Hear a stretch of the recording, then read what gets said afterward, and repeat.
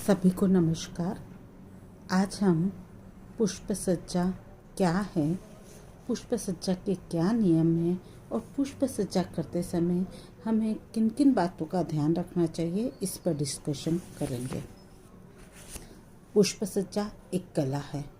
इसका मुख्य उद्देश्य वातावरण को सजीव, आकर्षक, लुभावना, सुंदर, मनोहरी एवं सुगंधित बनाना। सरल शब्दों में हम यह भी कह सकते हैं कि पुष्प सज्जा से आशय है कि विभिन्न प्रकार के फूलों, पत्तियों, कलियों, टहनियों एवं फूलदानों को कला के तत्वों एवं सिद्धांतों के आधार पर ऐसे सृजन करना जिससे कि वह अवसर की, स्थान की, वस्तु की और घर की सुंदरता तथा आकर्षण में वृद्धि कर सके और पूर्ण वातावरण को क्या कर सके, प्रसन्नता युक्त और आनंदित बना सके। इसी को हम पुष्प सज्जा कहते हैं। अच्छा, पुष्प सज्जा हमारे जैसे कि सौंदर्य में वृद्धि करती है, या यूँ कहते हैं कि हम पुष्प सज्जा एक सृजनात्मक कला है। तो पुष्प सज्जा से सर्जनकर्ता के व्यक्तित्व व भावना का भी पता लगता है। कुछ लोगों में पुष्प सज्जा जो है की जो कला है वह ईश्वरीय देन होती है, तो कुछ लोगों को कला अपने प्रयास तथा निरंतर अभ्यास से सीखनी पड़ती है। अच्छा, पुष्प सज्जा करने से पहले हमें कुछ विशेष नियमों के बारे में जान लेना चाहिए, जिससे कि हमारी पुष्प सज्जा जो है वह आकर्षक, सुंदर और सरस बन सके। सबसे पहला नियम है स्थान का नियम। पुष्प सज्जा करते समय स्थान के नियम का ध्यान रखना चाहिए। पुष्प सज्जा में प्रत्येक कली, प्रत्येक फूल, प्रत्येक फल को पर्याप्त स्थान मिलना चाहिए। दूसरा है सरलता का नियम। पुष्प सज्जा करते समय सरलता के नियम का पालन करना चाहिए। वे चीज़ें जो जितनी अधिक सरल होगी वो उतनी ही अधिक सुंदर और आकर्षक दिखती है। फिर तीसरा नियम है पात्र या फूलदान के माप का नियम। इसका भी ध्यान रखना जरूरी होता है।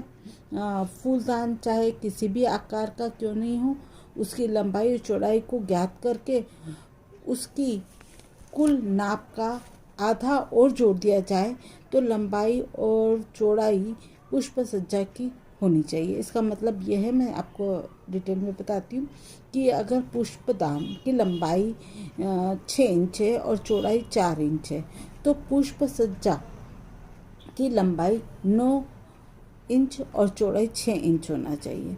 अर्थात उस जो पात्र है या पुष्प दान जो है उसकी लंबाई और चौड़ाई ज्ञात करके उसकी लंबाई और चौड़ाई से आधा और जोड़ दिया जाए तो उतनी पुष्प सज्जा हमें करनी चाहिए। फिर टहनी लगाने का नियम। टहनी किस ढंग से लगानी है, इसके लिए भी हमें पहले ही मस्तिष्क में अपनी रूपरेखा बना लेना चाहिए और उसी के अनुसार हमें पुष्प सज्जा भी करनी चाहिए। टहनी पुष्प सज्जा के केंद्र से निकालनी चाहिए तथा थोड़ा सा बढ़ाकर फिर तिरछा करना चाहिए। अर्थात उसे बाद में थोड़ा सा बढ़ाओ फिर छिद्रा दो तो थोड़ी आकर्षक लगती है। तो अगर समानांतर अगर लगा देंगे तो आकर्षक नहीं लगती है। मतलब मध्य से टहनी निकाल कर फिर टहनियों को छितरा कर लगाना चाहिए। ठीक है। टहनियाँ आपस में उलझी हुई नहीं होनी चाहिए, नहीं एक दूसरे में चढ़ी हुई होनी चाहिए और एक दूसरे को काट कर निकलती हुई भी नहीं होनी चाहिए, अन्यथा पुष्प सज्जा आकर्षक नहीं लगती।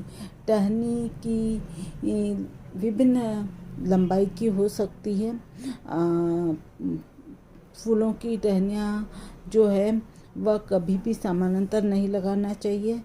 सामने के भाग में जो टहनी है वह सबसे लंबी होनी चाहिए और चटक रंग की बड़े फूल जो होते हैं वो मध्य में होना चाहिए। कलियों को भी हमें ऊपर से जाना चाहिए। मतलब अलग अलग टहनियों में जो बीच में टहनी है वो सबसे लंबी होनी चाहिए। वे नकली और कृत्रिम फूलों को हमें उपयोग में नहीं लाना चाहिए, क्योंकि उससे क्या होती, प्राकृतिक सुंदरता, ताजगी और स्वाभाविकता हमें प्राप्त नहीं होती। फिर त्रिभुज रूप में भी हम पुष्प विन्यास कर सकते हैं। वे व्यक्ति जिन्हें पुष्प सज्जा का कम ज्ञान है अथवा जहाँ फूलों की कमी है या पुष्प विन्यास करने में जिन्हें कठिनाई आ रही है, वहाँ फूलों को त्रिभुजाकार रूप में सजाकर रख देने से भी वो क्या होता है, सुंदर लगते हैं। अच्छा, पुष्प सज्जा करते समय विवेक, बुद्धि और अपने ज्ञान का प्रयोग करके पुष्प सज्जा को सुंदर और कलात्मक बना सकते हैं, और इसे और बढ़ाने के लिए हम उससे संबंधित साहित्य, लेख, पुस्तकें आदि पढ़कर भी इसे निखार सकते हैं या इसमें निपुणता ला सकते हैं। अच्छा, फिर नेक्स्ट नियम है कि सहायक उपकरण जो होते हैं वो उन्हें अदृश्य रखना चाहिए। जैसे कि हमने नेट लिया, पिन होल्डर लिया, तार लिया, स्टेम लिया या स्टेम होल्डर है, हेयर पिन से, प्लास्टिक जो पारदर्शी प्लास्टिक आदि हम क्या करते हैं पुष्प विन्यास में उपयोग लेते हैं। ये इनके सब सहायक उपकरण होते हैं और ये सब का उपयोग हम पुष्प सज्जा को मजबूती, टहनियों को दृढ़ता एवं सहारा देने के लिए करते हैं। परंतु ये सब चीज़ें जो है बाहरी रूप से नहीं दिखना चाहिए। यदि ये बाहरी रूप से दिखेगी तो पुष्प सज्जा के आकर्षण और सौंदर्य में कमी आ जाएगी। अच्छा, पुष्प सज्जा करते समय इन सब नियमों के अतिरिक्त कुछ विशेष बातों को हमारे मस्तिष्क में रखने से पुष्प सज्जा क्या होती और आकर्षक और अलौकिक दिखती है। जैसे कि पुष्प फूलों को सदैव लंबी टहनियों में काटना चाहिए। फूलों की टहनियों को हाथों से नहीं तोड़ना चाहिए बल्कि तेज धार वाले चाकू या ब्लेड से काटना चाहिए। फूलों को तोड़ने के बाद तुरंत इसे पानी से भरी बाल्टी में 2-3 घंटे के लिए छोड़ देना चाहिए। फूलदान, गुलदस्ते या पात्र का चयन फूलों के आधार पर करना चाहिए और फूलों को नमक मिला पानी में डालने के पश्चात इन्हें अंधेरे में 3-4 घंटे रख देना चाहिए ताकि ये पानी के साथ फोर्टिफाई कर सकें। पुष्प सज्जा को अंतिम रूप वहीं देना चाहिए जहां इसको सजा कर रखना है। उठाकर लाने ले जाने से क्या होगा, पुष्प सज्जा जो है बिगड़ सकती है। विशिष्ट फूलों का अगर प्रयोग करना है तो अकेले ही करना चाहिए। यदि पुष्प सज्जा विभिन्न प्रकार के फूलों से की जानी चाहिए है तो 3-4 तरह के ही फूलों का उपयोग करना चाहिए। बहुत ज़्यादा तरह के फूलों का उपयोग करने से क्या होता है, भीड़ भाड़ का हमें भाव दिखाई देने लगता है। फूलदान, गुलदस्ते और फूलों की टहनियों को सूर्य डूबने से ये नहीं है, फूलों की जो गुलदस्ते या टहनियों को क्या है पानी में डूबने तक लगना चाहिए।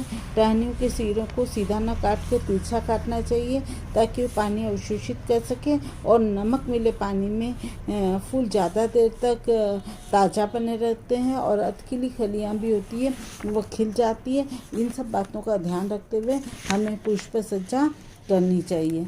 अब हम आगे जो पढ़ेंगे वह है कि पुष्प सज्जा कितने प्रकार की है और किस किस ढंग से कर सकते हैं, उन पर डिस्कशन करेंगे। धन्यवाद।